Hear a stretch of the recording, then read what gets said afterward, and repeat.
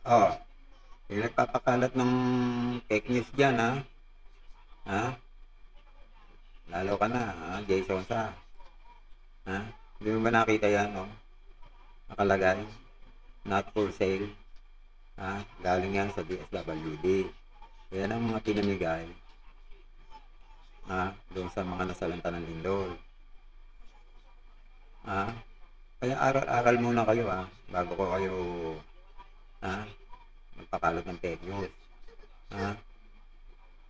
Iba po yung DSWD sa Kadiwa, ha?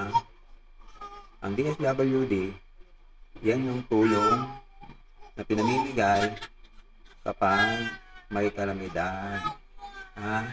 Ang Kadiwa, yan po naman ang negosyo.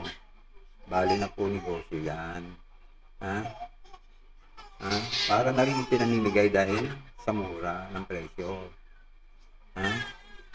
Yung pinakakalat yung 20 pesos na bigas, hindi mo po talaga namimigay ang Kadiwa, ha? Talagang binibenta yan. Parte na po ng negosyo yan.